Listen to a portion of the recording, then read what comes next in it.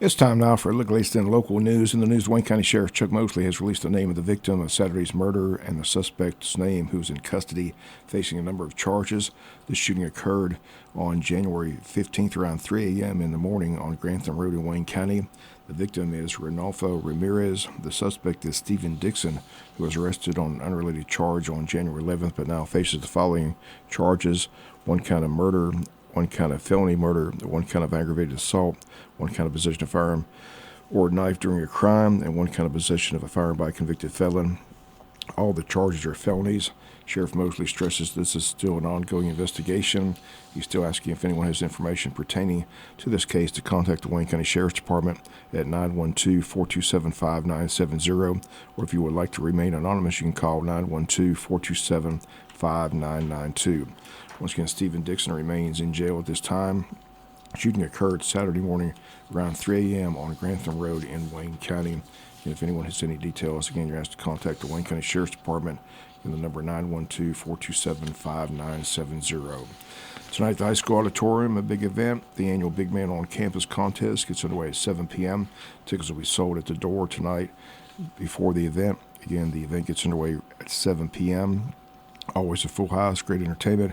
Here's a list of this year's contestants: Timothy Kunda, Tyler Schrum, Chase Grantham, Will Green, Tate Altman, Noah Pope, Nick Thomas, Malik Hassel, Jamichael Pittman, Jordan Jones, Jude Bryant, Landon McGrady, Isaiah Lee, Gavin Orvin, Bo Smith, and Amir Spears. One of these young men will walk away with the title of Big Man on Campus for the year 2025 at Wayne County High School. Once again, tickets are $10 each. They'll be sold at the door tonight before the event gets underway.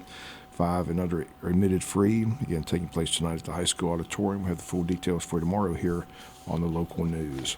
We've got more from the school board meeting from Tuesday. We'll come back, take a look at that right after this word from our sponsor, other commercial messages, so please stay tuned.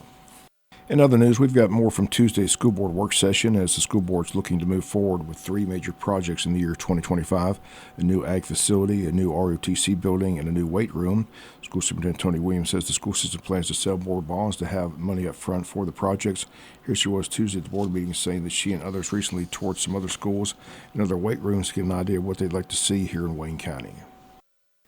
To the architect the final a few little tweaks to the design. So Dr. McDaniel and Mr. McDonald and myself visited a couple different school systems and toured their weight rooms, just to kind of see, what it would look like for us. Both of them had a little bit smaller square footage than what we had, but we got some really good ideas from them. I met with the architect. So all of those plans have to be submitted to the Department of Education, and they have to approve those plans since we're going to have class in those facilities. So once we get through that process and they approve it, then we will be able to put it out for bid. Has the ag and RTC been submitted also now? He's going to submit them all at the same time. Good. All right, thank you. The building will be attached to the school, am I correct? The weight room will have a small corridor between the back side of the gym and the weight room. Okay, it will be enclosed. Right. We are going to, we've discussed this a little bit, to get the weight room, ROTC, ag, middle school roofs. We're going to have another bond issue. We still had, the voters allowed us to sell X number of bonds, I think 20 million, and so we still have a small amount that's outstanding that we're going to sell in order to pay the cost up front, then reimburse ourselves with the state funds, and also then pay that back with the sales tax. So we could possibly have some paperwork for you to approve at the next meeting for that as well.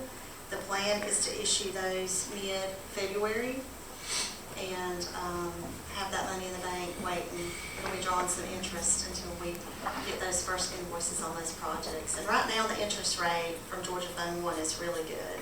So we'll be in a situation where we can make some interest income on those funds.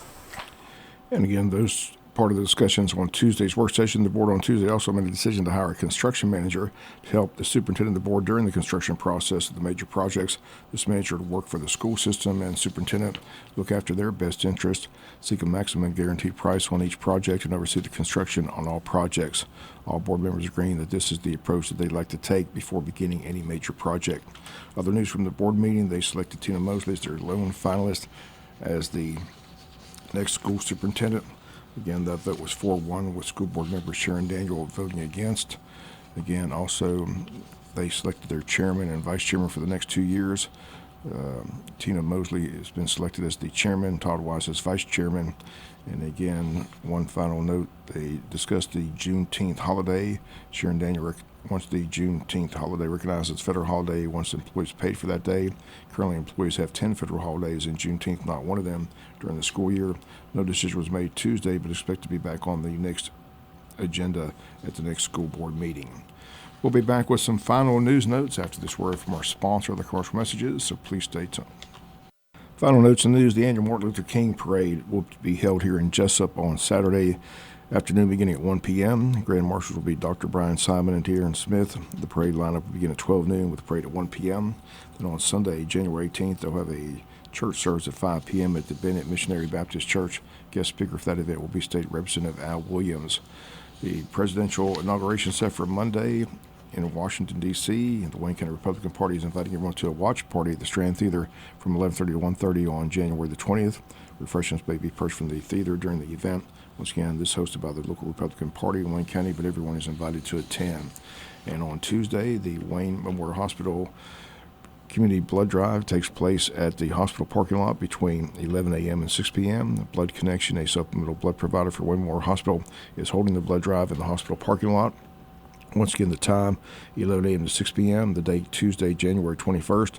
All donors receive a $40 gift card from the Blood Connection. Blood Mobile will be located on the right side of the main parking lot near the cafeteria. To make an appointment to donate blood on Tuesday, they ask you to log on to their website, bloodconnection.org. Type in Jesup or the sponsor code 7980. Appointments are encouraged, but walk-ins will be welcome this coming Tuesday. Once again, Tuesday, January 21 from 11 to 6 at the Wayne Memorial Hospital parking lot near the cafeteria. That's going to do it for latest in local news. Sports comes your way in a few minutes. Bob Morgans, have a great day.